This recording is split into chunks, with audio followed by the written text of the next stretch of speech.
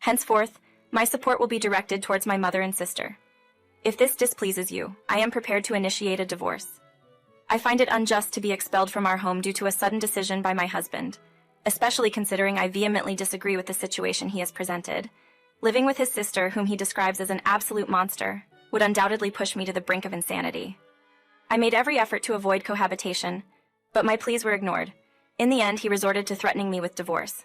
However, I am not one to easily surrender. In this challenging situation, I aim to grasp his vulnerabilities and make him regret his actions. It appears he is concealing something from me, but if he believes he can keep it hidden and have his way, he is sorely mistaken. My name is Betty Margaret, a 40-year-old working housewife.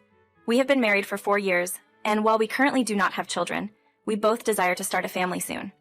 After graduating from a community college, I have been working full-time at a general hospital. Recently, I reduced my working hours to undergo fertility treatments. Currently, I am employed part-time in the mornings at a nearby private clinic. However, I have concerns and anxieties about both the fertility treatment and my husband, Peter. My worries center around the fertility treatment and Peter's unexpected response when I discussed it with him. Despite our mutual desire for children, Peter seemed to believe that we could conceive naturally without any effort. 4 years have passed, and there is still no sign of us having a child. When I suggested seeking treatment, Peter questioned the necessity of going to a clinic, suggesting we let nature take its course.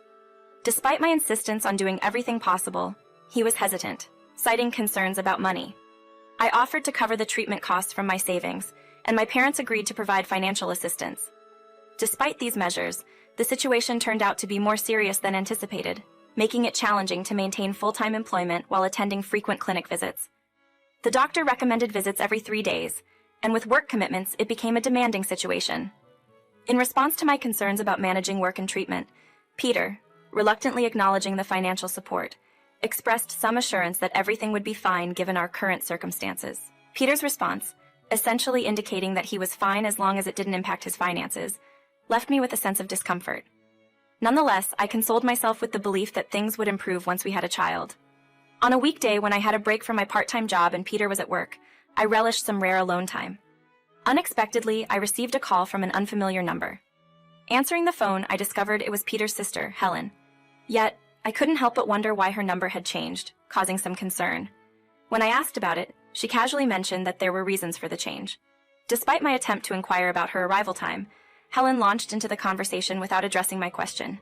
Helen's visit coincided with my day off, just as Peter was at work. As I took a few bites of my lunch, she arrived unannounced. In a rush, I stored the remaining lunch in the fridge, expressing my surprise at her sudden appearance. I wished she had informed me earlier so I could have prepared a meal for her. Upon entering, Helen revealed she hadn't eaten lunch and was famished. Although she declined my offer to prepare something, she noticed a gift pound cake on the kitchen shelf. Despite its limited edition status and my anticipation of enjoying it on a special occasion, Helen suggested having the cake for lunch. As she searched for a knife to cut the pound cake, I sensed a subtle unease in her behavior. Helen dismissed any concerns about the state of my place, insisting it didn't bother her. Taking the initiative, she picked up the knife and began slicing the pound cake. Fatigued, I lacked the energy to say anything. The thick, nearly 4-inch slice she placed in front of me was so thin that I could see through it. Helen resumed talking, sharing her relationship struggles, including her boyfriend's recent distance and his admission that he would leave his current wife if they had a child together. Startled by this revelation, I pondered the situation. The other day, I sensed something was amiss, prompting me to visit the doctor, and it turned out, I'm overjoyed to share that I'm pregnant. As the news sank in, my mind raced, contemplating the best time to reveal this to him. However, the joy quickly turned to shock as I nearly dropped my mug of tea. Pregnant? Wait a minute, he's married, has a child, and now I'm pregnant. What's happening? He claims he doesn't find his wife's daughter cute, which is why he wants to live with me and have a child who resembles me. You've got to be kidding, right? Helen continued, puffing out her cheeks, speculating that he probably needs time to convince his wife. She nonchalantly mentioned that a kind woman needs peace of mind. I was momentarily rendered speechless by Helen's audacity and the potential harm her actions could inflict on a family. Go home, I urged her. Perplexed, she questioned my abrupt request, citing the dark outside and her need for her boyfriend to pick her up. She also expressed curiosity about the tea from the department store in the cupboard. Please leave. I need a moment alone to think, I implored. The sudden storm of Helen's visit and the bombshell revelation of an affair and pregnancy were overwhelming. I had been earnestly seeking medical help for fertility, taking medications I didn't even want, and now my sister-in-law Helen was the one expecting an affair. It was inconceivable that someone in my family could engage in such a reprehensible act. About a week after Helen's explosive visit, Peter returned home unusually early from work. Surprised, I noted his early arrival, and he approached me in an agitated state. Apparently, Helen had informed him that I had said something terrible during her recent visit. I tried to explain but realized she must have divulged details about the affair and pregnancy. 3 nights ago, Helen had called Peter, crying, and as her brother, he felt compelled to intervene. Despite my attempts to clarify, Peter continued to blame me, taking advantage of my silence. He insinuated that I was being irritable due to hormones, claiming that I always got emotional easily. I wanted to retort that he was the emotional one, but he wasn't receptive. He believed he was playing the hero, defending his sister, and insisted that I apologize to her. Though I didn't comprehend why I needed to apologize, I decided to do so to avoid further complications. However, the apology attempt yielded no progress. The next day, Helen started calling and texting me frequently, creating a significant hassle. I responded briefly during work hours to maintain peace, but her continuous discussions about the affair became tiresome. I had discussed Helen's situation with Peter, but my efforts were futile. He believed that as I am currently a stay-at-home wife, I should be available to lend a sympathetic ear to Helen's stories. He accused me of being jealous because Helen got pregnant first. Despite explaining my busy schedule and the challenges of responding immediately, he insisted that I listen to Helen's tales, even in the middle of the night, causing sleep deprivation. Helen, however, seemed delighted, remarking that she never thought I would be this easy to talk to. I strongly desire her to hear me out, so you should go along with it. Conversations with Peter yielded no resolution, and amidst my contemplation, the incessant notifications from Helen persisted. Little did I realize my naivety in expressing my concerns over calls and emails. It became apparent about 4 months after discussing Helen's situation with Peter, as the seasons transitioned, and I contemplated retrieving some fall clothes. Just as I was about to rise, the doorbell rang. I wondered if I had ordered a package, muttering to myself as I approached the front door. To my surprise, massive cardboard boxes, resembling someone in the process of moving, were being carried into the house one after another. The recipient's name was Peter, yet he neither contacted nor returned home. After 3 days of silence, he returned in the middle of the night, causing a ruckus. "Hey, I'm home," he exclaimed, but my response was far from welcoming. It was 1 a.m., and I requested him to be quieter as I was about to go to bed. He seemed confrontational, perhaps intoxicated, as he walked toward me, tripped over one of the boxes, and fell dramatically. "Clean this mess up. These are all addressed to you. You should be the one taking care of these," he insisted. Puzzled by Peter's statement, I questioned what he meant. He explained with a smug look on his face that the boxes mostly contained Helen and his mom's belongings. Apparently, Helen, who had been renting, was about to move in with her boyfriend or get married soon, and Peter decided to look out for her until then. I was taken aback as he never informed me about this plan. He then dropped another bombshell, revealing his recent promotion to assistant manager, claiming it wouldn't be a problem financially. Although we had been married for 4 years, my interactions with Peter's family had been minimal, and this sudden situation left me bewildered. I recalled Peter mentioning that he wasn't close with his parents, but now he felt it was the right time to support them, particularly his younger sister. Peter proposed that we all live together, utilizing the spare room and converting my room into storage. He asserted that everything would work out smoothly. However, I wasn't entirely convinced, and his declaration of supporting Helen until she got married raised questions about how much he truly knew about her situation. Their versions of the story didn't align, leaving me uneasy. Suddenly, Peter declared, "Starting today, we're supporting my mom and Helen. If you're not okay with that, I'm going to divorce you." This abrupt and impractical ultimatum left me stunned. I wouldn't want to share a living space with them, even if it were just for a short time. Fine then, I'll divorce and leave. Give it a shot, I thought. However, an immediate departure wasn't practical. I needed to make necessary preparations within the house. Before making any decisions, Peter needed a reality check. I decided to start by going through his belongings. My suspicions about Peter's fidelity had lingered for a while. There were instances when he returned home late, carrying the scent of a woman's perfume. I also noticed suspicious cards peeking from his pockets on several occasions. With all these clues lying around, it was clear he was fooling himself. I discovered Peter had left his account logged in on our shared computer. Going through his emails, I found incriminating evidence. The emails were filled with sweet words exchanged with a woman. Digging deeper, I uncovered hotel newsletters and reservation confirmations, indicating he had been going there every Wednesday and Friday. Despite his previous claims of being out with colleagues or clients, everything now clicked. I noted down the hotel's name, considering staking it out to gather evidence. However, I needed a foolproof plan to tail him without getting caught. Helen was set to visit our house in 4 days. While investigating Peter's affair, I decided to check Helen's movements as well, just to be on the safe side. Peter seemed to perceive Helen as some sort of tragic heroine, but I knew better. She appeared to be a mistress scheming to remain in the house until she could formalize the affair through marriage. It was essential to be prepared for any unforeseen circumstances in the future. Mumbling these thoughts to myself, I began checking social media. A friend's suggestion led me to Helen's profile. Her photo was heavily edited, altering the shape of her face and the size of her eyes, but it was unmistakably Helen. Browsing through her page, I discovered photos and posts hinting at a relationship. What caught my eye was a man's belongings in the background, something familiar. These hinting photos didn't reveal the man's face, but I was pretty sure it was the husband of a close friend from high school. I had given a speech at her wedding and visited her house multiple times when she was single. I remembered her husband's unique taste in belongings and style. One item in the photo, a shark bone keychain, was identical to the one my friend and her husband both had. There was also a uniquely colored wallet and a tie with a distinct pattern, items instantly recognizable to anyone who knew him. I wondered if my high school friend was aware of this, but she was likely living her life unaware of the situation. I wrestled with my decision, but ultimately concluded that my friend might be unaware of the affair. Whether to confront her husband about it was her call, but I felt it was essential to inform her about the social media account. There was one more person I needed to contact.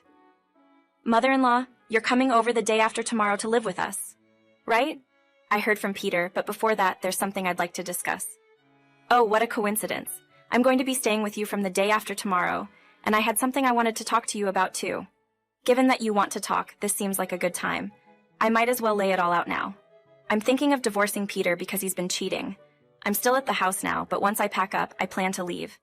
I had a hunch something was up when Peter suddenly started talking about being a good son, so where's the proof? It makes sense for her to ask for proof if her own son was cheating, and that could lead to a potential divorce. Of course, she'd want to see evidence. Here it is. We share a computer, and I found these emails and photos. I think they make it clear." Is this all you've got?" The way she flipped through the printed out emails conveyed a heavy gaze. "This is all for now. I really wanted more conclusive evidence before confronting Peter, but I don't have anything else yet.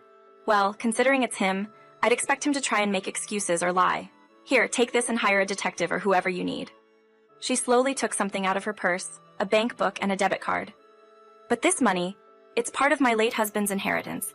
He cheated on me when we were younger, and I just can't stand infidelity. This seems like the perfect opportunity to teach him a lesson." As she spoke, she smirked. We had only spoken once or twice before, and I found her a bit intimidating. I never imagined she'd be this supportive. "Use this money to settle things properly. I've always appreciated that you, Betty, married my good-for-nothing son. I want you to lean on me." With the money the mother-in-law provided, I hired a detective known for his skills in catching cheaters. I got indisputable evidence. Now I just need to find the right moment to confront Peter.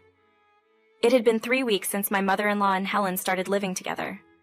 I was almost ready to leave the house on a day off from work for both Peter and me when a letter addressed to Helen got forwarded to our house.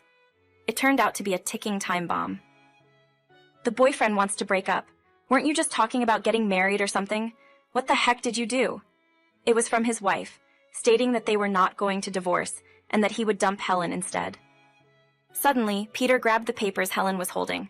"What's this? The sender's name is a woman. This can't be real. It's got to be some kind of prank." For some reason, Peter seemed to think Helen wasn't entirely at fault. On the other hand, my mother-in-law looked as though she had no idea what was going on. Helen often talked about her beloved boyfriend, the guy who happens to be my best friend's husband.